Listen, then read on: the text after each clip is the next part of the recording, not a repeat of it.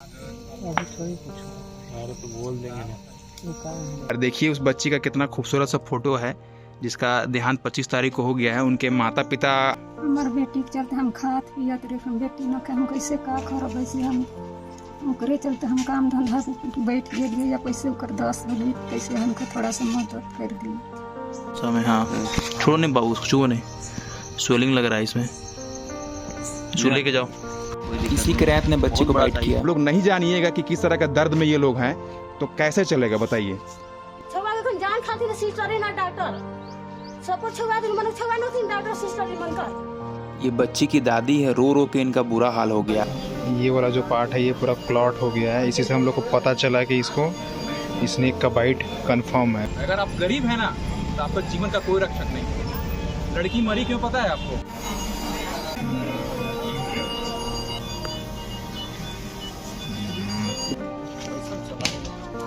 समय हाँ छोड़ो नहीं बाबू, छुओ नहीं, स्वेलिंग लग रहा है इसमें, छू लेके जाओ।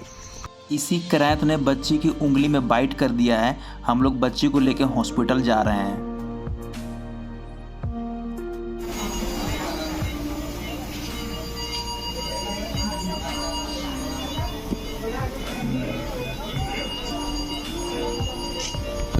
इतना लच्चर व्यवस्था है कि कहना नहीं है। लोग इसको लेके आए हैं, कितना टाइम हो गया, 1 घंटा हो गया, उसके बाद इलाज हुआ और उसके बाद भी हम ही लोग को इसमें सिरिंज में इंजेक्शन देना है। अभी इतना लच्चर व्यवस्था है यहाँ का। रांची रिम्स स्नेक बाइट में तो आदमी को मुरा देगा ये लोग,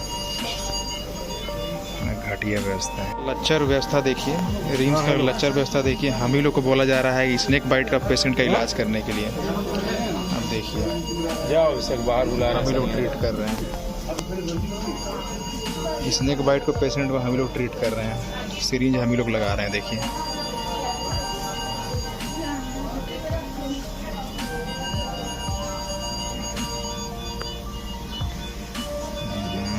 सबसे स्टार्टिंग में इसका ब्लड टेस्ट किया गया था।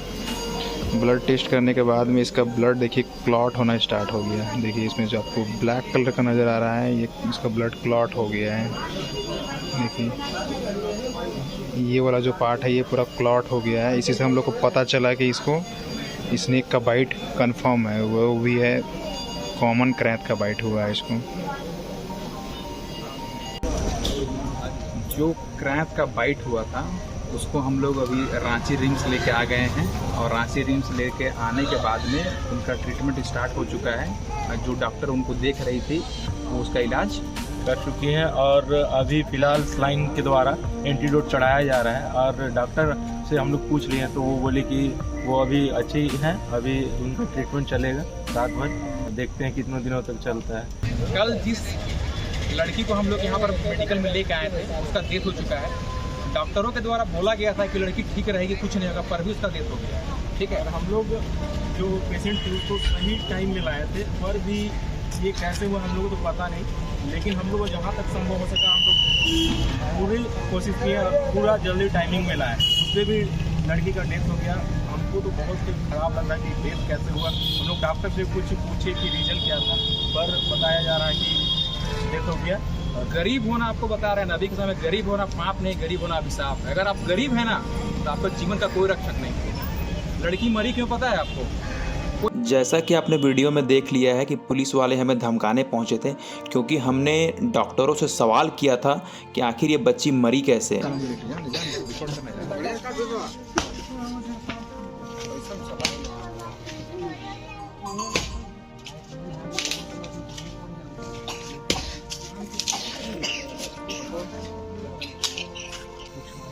तो बोल देंगे ना। देखिए कि अभी भी यहाँ पर लोग किस तरह से गुजारा करते हैं, वहाँ पर ये बच्ची रहती थी। नमस्कार दोस्तों, मैं शुभम कुमार, मैं उमा कुमार। जैसा कि आप लोगों को पता है कि 4 दिन पहले एक बच्ची की मौत हो गई है, मंजू कुमारी की।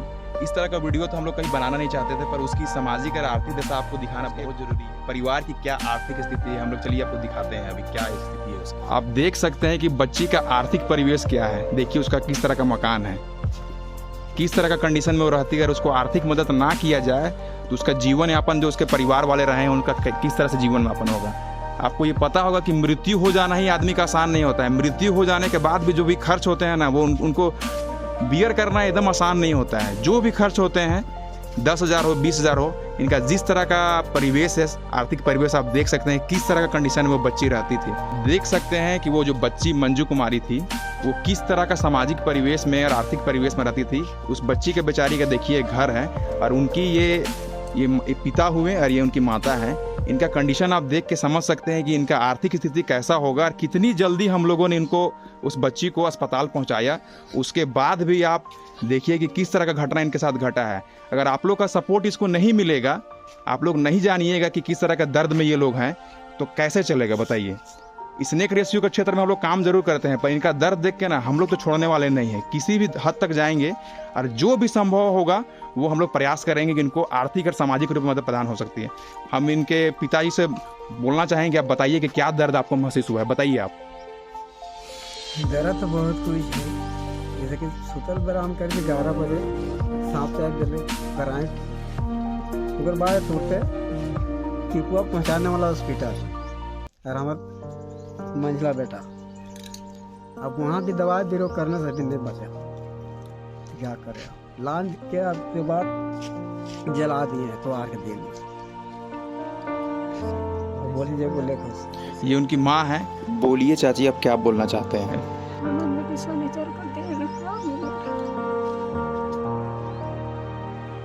ये लोग इस तरीका के परिवेश से है ना, इनको बोलना तक नहीं आता है, पर इनका दर्द आप महसूस कीजिए किस तरह के दर्द में है। ये इनके पिता है, ये इनकी माता है और ये इनकी दादी है। अब बताइए इनका जीवन कैसे चलेगा। वो बच्ची इनको कितना मदद करती थी ना, और जो हॉस्पिटल में हम लोग लेके गए थे, हम लोग के जाने के बाद में जितना भी केयर टेकिंग का काम था वो ये अनिल करता था। अनिल बताएगा कि किस तरह का घटनाक्रम रहा उस दौरान पे। जब हमको कॉल किया गया रात को 11 बजे, उसके बाद हम रिम्स पहुँचे तो वहाँ इलाज चल ही रहा था। इलाज इंजेक्शन खुद से देना था, वहाँ कोई केयर टेक करने वाला कोई नहीं था। वहाँ खुद से 5 मिनट करके इंजेक्शन दिलाता था। एक इंजेक्शन था 15 मिनट में, वही हम लोग देते थे, अपने खुद से देते थे। उसके बाद फिर 2 बजे के आसपास थोड़ा सा उसको सांस में दिक्कत आने लगी तो डॉक्टर को बोलने गए तो अपने सामने फिर बुला लिए। बुलाने के बाद भी थोड़ा देरी हुआ, उसके बाद इंजेक्शन देते ही रहे थे हम लोग, एक भी इंजेक्शन नहीं छोड़े थे बीच में भी। तो लास्ट तक भी हम थे वहाँ पे और शुरू से लास्ट तक होने के बावजूद भी बच्ची सुबह जब इंजेक्शन देने लगे तो ठीक थी। लास्ट में जब 10 बजने के बाद जब डॉक्टर आए तो देखे तो इलाज, फिर उसको ऑक्सीजन मुंह पे चढ़ाया गया था। ऑक्सीजन चढ़ ही रहा था। उसके बाद एक टेस्ट बोले डॉक्टर ब्लड निकालने, उसके बाद ब्लड सैंपल लेके हम ऊपर गए। उसके बाद नीचे आने तक वो डेथ कर चुकी थी। उनके चचा भी हमारे साथ हैं जो कि पूरा वृतांत आपको बताएंगे कि बच्ची की मौत होने के बाद में ना, बच्ची जब का देहांत हो गया उसके बाद इनको कितनी परेशानी का सामना करना पड़ा। जब ये पोस्टमार्टम करने ले गए ना तो इनको पोस्टमार्टम करने के लिए वहाँ पैसा देना पड़ा, जो कि एकदम इनलीगल है। बताइए चला क्या हुआ था उस समय? वहाँ हम लोग हर पेपर जो हमको बोले, वहाँ का जितना जो सिक्योरिटी गार्ड था वहाँ, तो सिक्योरिटी गार्ड हम लोग को कहे कि भैया तेरा तो बच्ची नहीं रहा, तो हमको पेपर, हम लोग तो अनजान आदमी था, हम लोग वहाँ पेपर बनाने में बहुत दिक्कत था। तो वो लोग बोलो हमको कितना जिस जगह पे इतना जैसे पेपर बनाना है, तो उन लोग को जानकार था, उन लोग पकड़ के ले गया हमको वहाँ पेपर बनाने के लिए। पेपर बनाया हुआ है तो पेपर बनाने के भी हमको पैसा वहाँ दलाल लोग ले लिया हमसे। ये बच्ची की दादी हैं, इनका रो रो के बुरा हाल हो गया है। आप देख सकते हैं कि कैसा इनका कंडीशन हो गया है रो रो के। मंजू कुमारी जिसका देहांत हो चुका है, उनके ये माता पिता हैं। और देखिए उस बच्ची का कितना खूबसूरत सा फोटो है जिसका देहांत 25 तारीख को हो गया है। उनके माता पिता आप लोगों से कुछ बात करना चाहते हैं। बोलिए चाची, क्या बोलना चाहते हैं आप? हमारे बेटी के चलते हम खात पियत रहे, हम बेटी न के हम कैसे का खरब, वैसे हम करे चलते हम काम धंधा बैठ गए या कैसे कर 10 बजे कैसे हमको थोड़ा सा मदद कर दिए। आप लोगों से आग्रह है कि इनका स्थिति देखिए कि इनका घर कैसा है। ये इनका रहने वाला घर है हम लोग से जो बन पड़ेगा हम लोग इनको आर्थिक सहायता तो करेंगे, पर आप सभी से आग्रह है कि इनका अकाउंट नंबर, इनका जो UPI ID रहेगा हम लोग इसमें अभी डालेंगे। आप लोगों से आग्रह है कि इनका आर्थिक मदद करने का प्रयास करें। अभी आप लोगों को दिखाएंगे कि बच्ची कहाँ पर सोई हुई थी। अब दिखाइए ना कहाँ पर सोई हुई थी।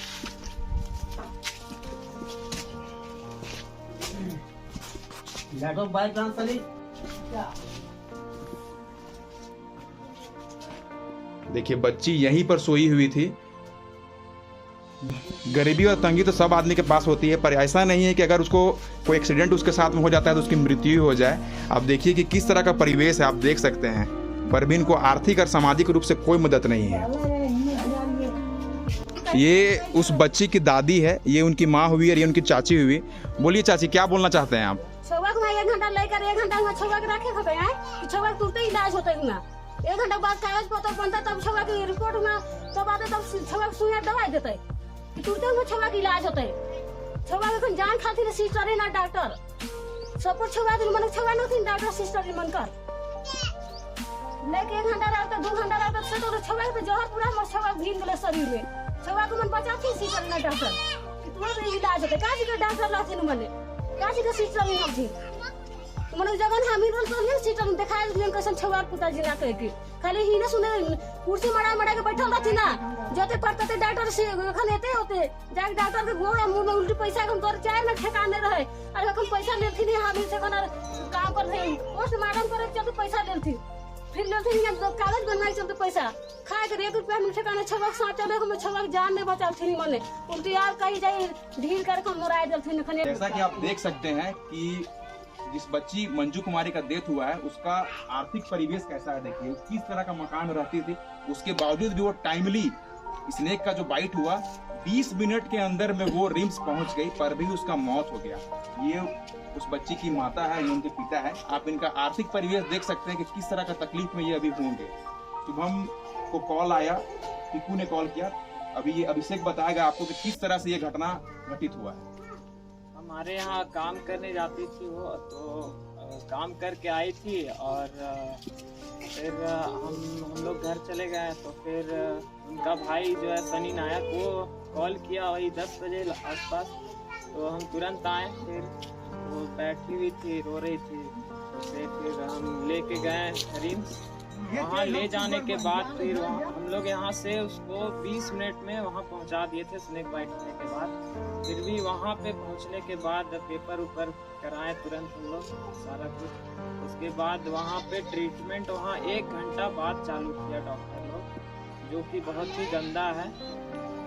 उसके बाद फिर जांच वाच किया। उसके बाद फिर डॉक्टर लोग इंजेक्शन दवा हुआ लाने के लिए बोले, सारा कुछ ले लाएं। उसके बाद और इंजेक्शन भी बोल रहे डॉक्टर लोग, एक बार बता दिए कि ऐसे करके लगाना है, 5-5 मिनट पे देना है, 15 मिनट पे। तो ऐसे करके हम लोग लगा रहे थे और सुबह तक वो इंजेक्शन चला।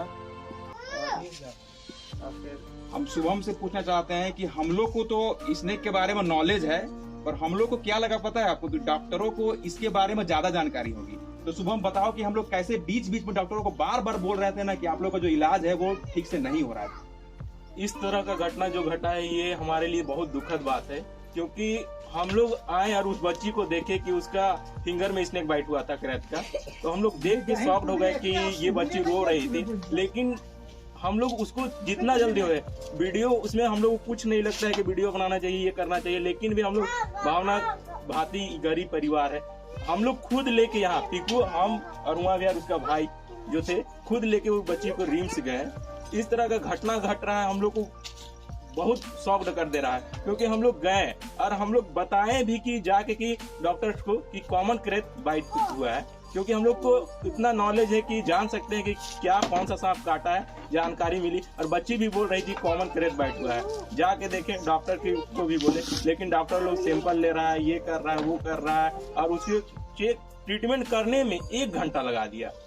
1 घंटा के बाद ट्रीटमेंट। ये कौन सा तरीका है कि हम लोग बच्ची को ले गए और 1 घंटा का टाइम लग गया? ये पॉसिबल ही नहीं होता है ना कि अगर किसी के बॉडी में जहर गया है और उसका 1 घंटा ट्रीटमेंट करने में लगेगा। ये किसी भी तरह से स्वीकार्य नहीं है। हम लोग जहाँ तक पॉसिबल हो उनका आर्थिक और कानूनी तौर पर भी इसमें लड़ाई करेंगे। बस इसमें यही चाहिए कि सुबह हम लोग को क्या सपोर्ट चाहिए बताओ। पहले तो ऐसा नहीं होता था, पहले रिम्स जाते थे तुरंत उपचार किया जाता था स्नेक बाइट का। आजकल न्यू ट्रामा सेंटर खुल गया है, उसका प्राथमिक इलाज तुरंत होना चाहिए, तो उसमें उसी में लेट हो रहा है। सांप बाइट का केसेस आ रहा है और लेट होकर मारा जा रहा है। ऐसा तो पहले रिम्स में नहीं होता था। हम लोग इससे पहले 3 स्नेक बाइट में पूरा आदमी को बचा चुके हैं, तुरंत गया है और उनका सही से इलाज हुआ है, तीनों बच गया है। ये कंडीशन इधर नया खुला है, उसमें स्नेक बाइट का ऐसा तरीका आ गया है कि पहले की जाइए पर्ची बनवाइए, पर्ची बनवा के कटाइए, उसके बाद पेशेंट को जाइए, फिर इलाज करवाइए, चेक करवाइए, उसके बाद इलाज स्टार्ट होगा। ऐसा तो नहीं होता है। हम लोग स्नेक रेस्क्यू कर रहे हैं, हम लोग को भी कभी हो सकता है इसी तरह का घटना। एकदम हो सकता है। कैसे करेंगे हम लोग? हम लोग को कुछ सपोर्ट नहीं मिलेगा, क्या करेंगे? हम लोग समाज सेवा के लिए उतरे हैं तो फिर ऐसे ही उतर गए हैं। किसी का सपोर्ट मिलेगा तब ना हम लोग भी करेंगे ये सब चीज। मतलब अब गौर से सुनिए हमारा बात कि पिछला 2 महीना में हम लोगों ने 500 सांप, 500 स्नेक्स, 500 सांपों का रेस्क्यू किया है, जिसमें 200 सांप जहरीले सांप हैं। अगर इस बच्ची के जगह में हम लोग रहते हैं तो हमारी मृत्यु निश्चित थी। जिस तरह का घटना रिम्स वाला लोग कर रहा है, तो आप लोगों से आग्रह है कि इनका आर्थिक रूप से जो भी मदद करने का प्रयास आप कर सकते हैं, हमारे थ्रू या डायरेक्ट इनका नंबर हम कॉन्टैक्ट लिस्ट में डालेंगे कि जैसे भी वो उनका मदद कीजिए आप।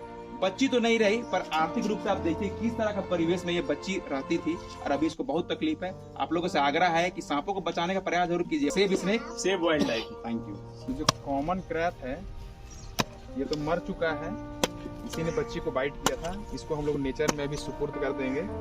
जिस नेचर से ये आया है उस नेचर में ये चला जाएगा। ठीक ठाक साइज का है, पूरा मैच्योर है ये।